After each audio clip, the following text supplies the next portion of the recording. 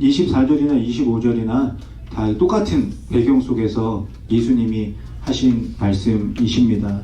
6월절이 다가오고 있었고 흩어져 있던 많은 이스라엘 백성들이 예루살렘으로 모여들었습니다. 그리고 많은 사람들이 모여 있을 때 예수님이 예루살렘에 나귀 새끼를 타고 들어가십니다. 그럴 때 이스라엘 사람들이 예수님을 바라보고 호산나를 외치죠. 종려 나뭇가지를 막 흔들면서 예수님께 호산나를 외쳤습니다. 호산나가 어떤 뜻이냐면요, 지금 나를 구원해 주세요, 지금 나를 도와주세요, 이런 뜻을 가지고 있습니다. 그리고 또 하나의 뜻이 이스라엘의 왕 만세, 이런 의미를 가지고 있습니다. 그래서 이제 이스라엘 백성들이 호산나 예수님을 향해서 열렬히 환영을 했습니다. 그런데 놀라운 이야기가 하나 있습니다. 뭐냐면 이스라엘 백성들이 호산나를 외친 일이 이번이 처음이 아니라는 겁니다.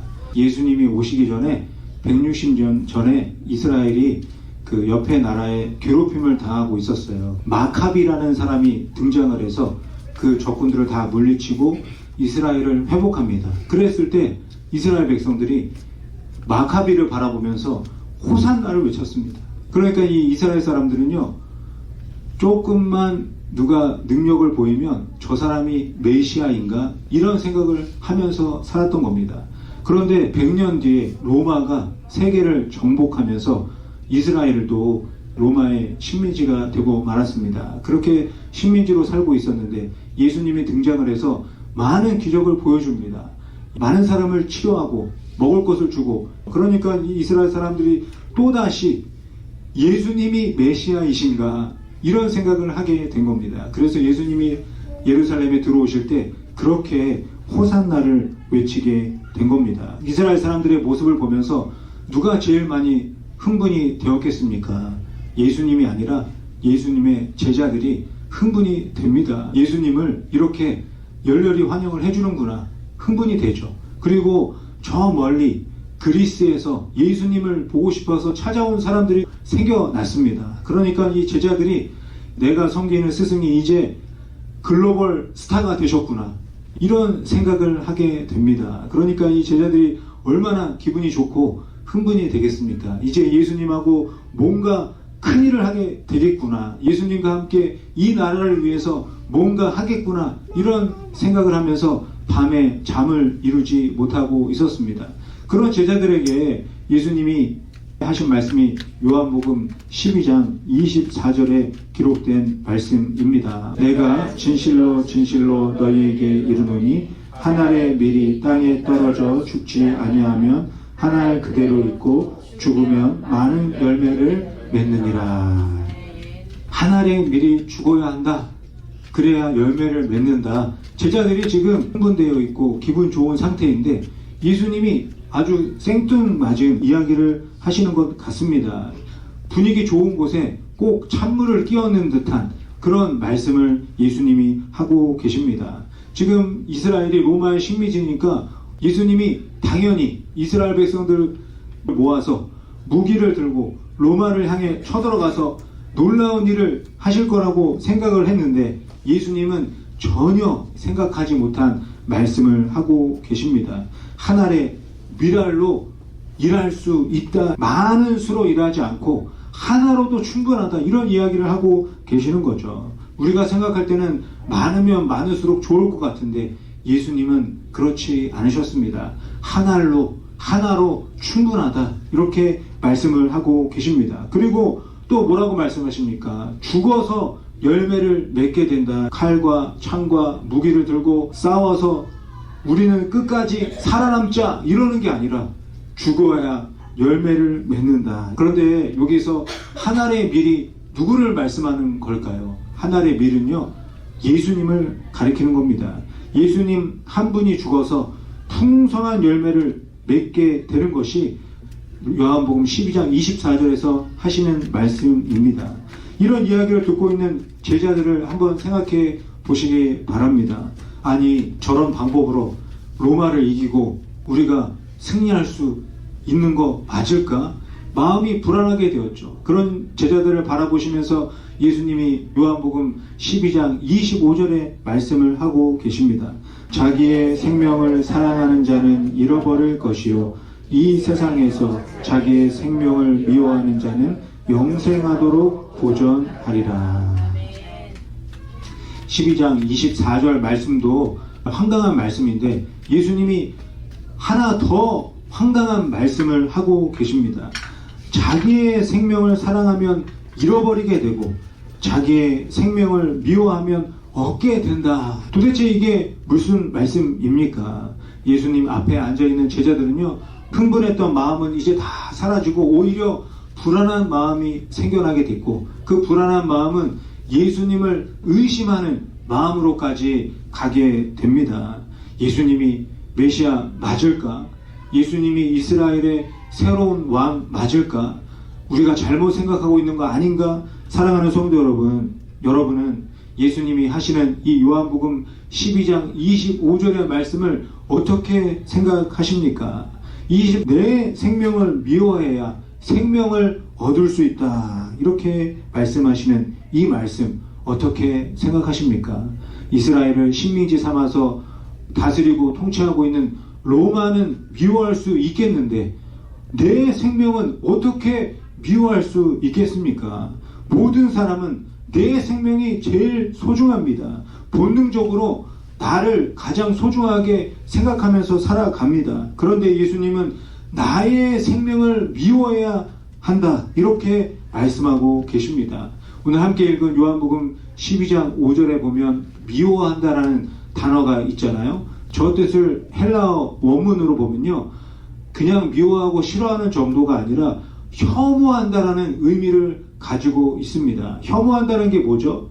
미워도 너무 믿고 싫어도 너무 싫다. 구약 성경에도 보면요, 이렇게 혐오한다, 미워한다, 싫어한다 이런 단어가 쓰인 성경이 있습니다. 아모스 5장 21절과 22절에 기록되어져 있습니다. 내가 너희 절기들을 미워하여 멸시하며 너희 성회들을 기뻐하지 아니하나니 너희가 내게 번제나 소제를 드릴지라도 내가 받지 아니할 것이요 너희의 살찐 희생의 화목제도 내가 돌아보지 아니하리라. 간단하게 말씀드리면 내가 너희 절기들을 미워하고 싫어해서 너희가 드리는 예배와 헌물을 받지 않겠다. 하나님이 왜 이런 말씀을 하셨을까요? 이스라엘 백성들은 절기가 되었기 때문에 예배를 드리고 또 헌물을 바쳤습니다. 그런데 이 이스라엘 사람들이 예배와 헌물을 바쳤던 이유가 잘못되었다. 하나님께서 알려주고 계시는 것이죠. 어떻게 그러냐? 내가 절기를 지키고 헌물을 드렸으니 이제 내가 원하는 것을 주세요. 나의 가족을 위해서 예배 드리고 헌물을 바쳤으니 축복해 주세요. 이렇게 했다는 겁니다. 이게 제가 좋게 말씀드려서 그렇지 사실은 분위기가 어땠냐면 하나님을 협박하듯이 예배와 헌물을 이스라엘 백성들이 드렸던 것입니다. 하나님과의 관계, 하나님과 동행하는 것, 이런 것에는 전혀 관심이 없고 내가 원하는 것을 채워달라고 하면서 예배와 헌물을 드렸던 것입니다. 그런데 하나님은 나는 이런 예배와 헌물을 기뻐하지 않고 미워하고 싫어한다. 이렇게 말씀하고 계시는 것입니다. 사랑하는 성도 여러분, 교회에서 중요한 것 중에 하나가 예배와 헌물입니다. 그렇기 때문에 하나님이 원하시는 예배와 헌물이 무엇인지 알아야 합니다. 내가 드리고 있는 예배와 헌물이 하나님이 원하시지 않는 것이 될 수 있기 때문입니다. 지금 내가 드리고 있는 이 예배와 헌물이 어떤 의도로 드려주고 있는지 나를 돌아보고 점검해야 합니다. 예배와 헌물을 드렸으니 내가 원하는 것 해달라 하나님을 협박하면서 드리고 있는 것은 아닌지 나 자신을 살펴보아야 합니다. 그렇다면 하나님이 기뻐하는 예배와 헌물은 어떤 것이고 어떻게 해야 하는 것일까요? 예수님이 마태복음 16장에서 24절에서 말씀해 주고 계십니다. 이에 예수께서 제자들에게 이르시되 아무든지 나를 따라오려거든 자기를 부인하고 자기 십자가를 지고 나를 따를 것이니라. 여기서 나를 부인한다. 이게 무슨 말이겠어요? 나를 미워한다는 말씀입니다. 나를 부인하고 자기 십자가를 지고 예수님을 따르는 것이 하나님께서 원하시는 예배와 헌물이다 말씀하고 있는 겁니다. 자기 중심적인 본능을 미워하고 그것을 부인하고 하나님 앞에 나가라는 말씀입니다. 나 중심적인 본능을 십자가에 못 박고 예수님을 따르는 것, 그것이 예배와 헌물이라고 예수님이 알려주고 계십니다. 나 중심적인 본능을 미워할 때 그때가 바로 하나님께서 원하시는 예배와 헌물이 된다는 것입니다. 하나님께서 원하시는 예배와 헌물은요, 다른 무엇보다, 심지어 나의 생명보다 하나님을 가장 먼저 생각하고 드리는 것입니다. 하나님을 믿는다는 것은요, 나 중심적인 본능을 따르는 것이 아닙니다. 나만을 위해서 하는 것은 믿음이 아닙니다. 내가 예배드리고 헌물을 드렸으니 나에게 뭔가를 꼭 해달라고 하는 것은 믿음이 아닙니다. 하나님은 나와 나의 가족 그리고 나의 교회를 축복해 주십니다. 하지만 나의 가족만을 위하고 나의 교회만을 위해서 계신 분이 아니라는 것입니다. 이렇게 자기 중심적인 본능을 따라서 예배와 헌물을 드리는 것을 하나님이 싫어하고 미워한다 말씀하고 있는 것입니다. 하나님이 원하시는 예배와 헌물을 드리기 위해서 저와 여러분은 끊임없이 나 중심적인 이 본능과 싸워야 하는 겁니다. 그리고 결국 예배는요, 나와의 싸움이 되는 것입니다. 그것이 바로 자기를 부인하고 자기 십자가를 지고 예수님을 따르는 것이 되는 것이죠. 이런 삶을 살아갈 때 하나님이 기뻐하시는 예배와 헌물이 되어진다 알려주고 계시는 것입니다.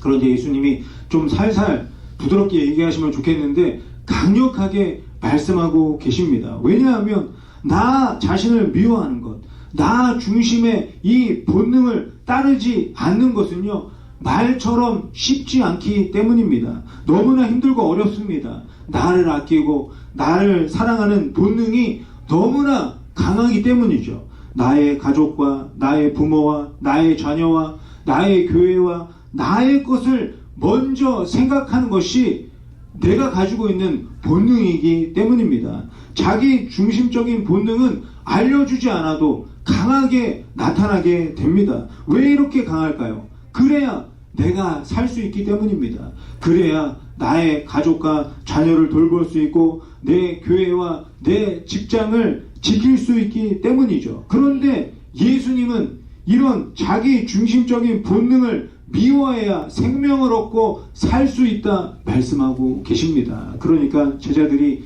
이 말씀을 예수님 앞에서 듣고 있으면서 황당하게 생각을 하는 것이죠. 신약 성경에 보면요, 부자 청년 이야기가 나오는 것을 볼 수가 있습니다. 이 청년이 부자일 뿐만이 아니라 하나님의 말씀, 계명도 잘 지키는 청년이었습니다. 그 청년이 예수님 앞에 와서 질문을 하죠. 예수님, 어떻게 해야 영생을 얻을 수 있습니까? 어떻게 해야 축복을 받을 수 있습니까? 그랬더니 예수님이 뭐라고 말씀하셨냐면 계명을 지켜라, 말씀을 지켜라, 이렇게 말씀을 하시죠. 그런데 이 청년은 그 말씀을 듣고 기분이 너무 좋았어요. 예수님, 저는 다 지키고 있습니다. 심지어 어렸을 때부터 하나도 빠짐없이 다 지키고 있었습니다. 그랬더니 예수님이 이 청년에게 한 가지 말씀을 하시죠. 마태복음 19장 21절에 기록되어져 있는 말씀인데요. 예수께서 이르시되 내가 온전하고자 할진대 가서 내 소유를 팔아 가난한 자들에게 주라. 그리하면 하늘에서 보화가 내게 있으리라. 그리고 와서 나를 따르라 하시니. 예수님이 이 청년에게 뭐라고 말씀하십니까? 가지고 있는 거 팔아서 가난한 사람들에게 나눠줘라. 그리하면 하늘에서 축복이 너에게 임할 것이다. 그랬더니 청년이 어떻게 합니까? 괴로워서 그 자리를 떠나게 됩니다. 예수님이 말씀하신 대로 도저히 할 수가 없었습니다. 피땀 흘려서 모은 재산을 팔아서 누군지도 모르는 사람들에게 나눠주라고 하시니 그렇게 할 수가 없었습니다. 이것은 자기 중심적인 본능과는 완전히 반대되는 일이었습니다. 내 것을 다 나눠주면 나는 어떻게 살아가란 말인가 걱정이 되었기 때문입니다. 예수님이 왜 부자 청년에게 이런 황당한 요구를 하셨을까요? 부자 청년에게 예수님이 원하셨던 것은 무엇이었을까요? 예수님이 원하셨던 것은 이런 것입니다. 예수님, 저는 아직 나 중심적입니다. 나를 위해서 계명을 지키고 나를 위해서 기도하고 구제하고 금식했습니다. 말씀하신 대로 저는 할 자신이 없습니다. 나의 생명보다 하나님을 사랑하고 나의 생명보다 이웃을 사랑할 자신이 없습니다. 하나님 도와주세요. 이렇게 할 수 있도록 도와주세요. 이런 반응을 예수님이 청년에게 원하셨던 것입니다. 이렇게 반응하는 것이 바로 나 중심적인 본능을 미워하는 삶입니다. 이것이 바로 하나님께서 원하시는 예배와 헌물이라는 것을 알려주고 계시는 것입니다. 창세기에 또 보면요, 아브라함이 등장합니다. 이 아브라함이 우리가 믿음의 조상이라고 말을 하고 있습니다. 그런데 왜 아브라함이 믿음의 조상입니까? 고향을 떠났기 때문에 믿음의 조상인가요? 이삭을 바쳤기 때문에 믿음의 조상인가요? 성경을 잘 보면요, 이 아브라함이 고향을 떠날 때도 엄청 고민을 합니다. 내가 알지 못하는 곳, 내가 알지도 못하는 사람들이 살고 있는 곳에 내가 가는 것이 과연 맞는 것인가 엄청 고민을 합니다. 그래서 너무 두려워서 조카를 데리고 가는 겁니다. 이삭을 바칠 때도 마찬가지입니다. 하나님이 바치라고 했을 때 바로 바치지 못했습니다. 3일 동안 엄청나게 고민을 했습니다. 내가 들은 게 하나님의 말씀이 맞나? 내가 지금 미친 게 아닌가? 엄청 고민을 했습니다. 나는 떠날 수 없습니다. 나는 바칠 수 없습니다. 하나님 앞에서 씨름하면서 엄청 고민을 했습니다. 그 과정에서 아브라함이 하나님께 고백을 하는 거죠. 하나님, 나는 할 수가 없습니다. 하나님, 나는 바칠 수가 없습니다. 나를 인도해 주시고 보호해 주신 하나님께서 도와주시옵소서. 하나님 말씀대로 할 수 있도록 도와주시옵소서. 이렇게 아브라함이 하나님 앞에 부르짖어 기도한 것입니다. 하나님은 이 모습을 보고 하나님이 기뻐하시는 예배와 헌물이다 말씀하고 계시는 것입니다. 저 모습이 진정으로 믿음의 모습이다 인정을 해 주신 것입니다. 그런데 우리가 이 세상 보면요, 우상과 미신 그리고 사이비와 이단 잘못된 교주들이 있습니다. 그런데 그런 곳들은 어떻습니까? 사람들에게 나를 섬기라고 계속 강요를 합니다. 나에게 바치라고 계속 요구를 합니다. 여기 계신 분들 다 아시겠지만 심청이 이야기 잘 아시잖아요. 아버지가 앞을 못 봐서 심청이가 어떻게 하면 눈을 뜨게 할 수 있나 고민을 하고 있었는데 쌀 300석이 있으면 눈을 뜨게 할 수 있다, 이런 이야기를 듣게 됩니다. 그래서 어떻게 쌀을 구할까 고민하고 있었는데 뱃사람들이 바다에 바칠 사람이 필요했는데 지원하는 사람에게 300석을 주겠다, 이런 이야기를 듣게 되죠. 그래서 이 심청이가 바다에 뛰어들고 아버지가 눈을 뜨게 됐다, 이런 이야기가 있습니다. 쌀 300석이 얼마만큼의 가치냐면요, 조선시대 때 쌀 한 석은 5냥이었습니다. 그런데 300석이니까 1500냥이 되는 거죠. 그리고 그 당시 기와집 방 한 칸짜리가 20냥이었습니다. 그러니까 1500냥이면 75칸짜리 기와집을 살 수가 있는 값어치가 되는 거죠. 상당한 가치의 쌀이었습니다. 그 쌀을 얻어서 아버지의 눈을 뜨게 하는 심청이의 이야기를 우리가 너무나 잘 알고 있습니다. 아버지를 위하는 이 심청이의 마음은 정말 귀합니다. 하지만 우상이나 미신은요, 이 심청이의 마음에는 전혀 관심이 없습니다. 쌀 300석만 바치면 눈을 뜨게 해주겠다, 그 쌀에만 관심을 갖고 있는 것이죠. 우상이나 미신, 이단 사이비의 교주들은 다 이런 식입니다. 하지만 우리가 믿는 하나님은 어떻습니까? 하나님은요, 사람들과 거래하시는 분이 아닙니다. 오히려 우리를 위해서 하나뿐인 아들을, 예수님을 먼저 내어주신 분이십니다.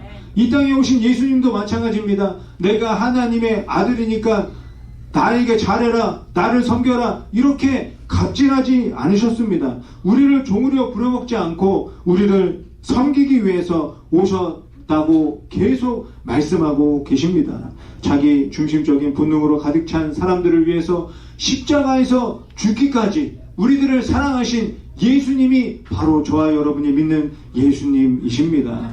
나를 섬기라고 나에게 바치라고 말하는 이 엉터리 우상이나 신과는 너무나 차원이 다른 분이십니다. 예수님이 사마리아 땅을 지나가는 일이 있습니다. 그 땅을 지나갈 때 어떤 여인을 우물가에서 만나게 됩니다. 그 우물가에서 이 여인이 예수님 어떻게 예배드려야 됩니까? 질문합니다. 그때 예수님이 요한복음 4장 24절에서 말씀을 하십니다. 하나님은 영이시니 예배하는 자가 영과 진리로 예배할지니라.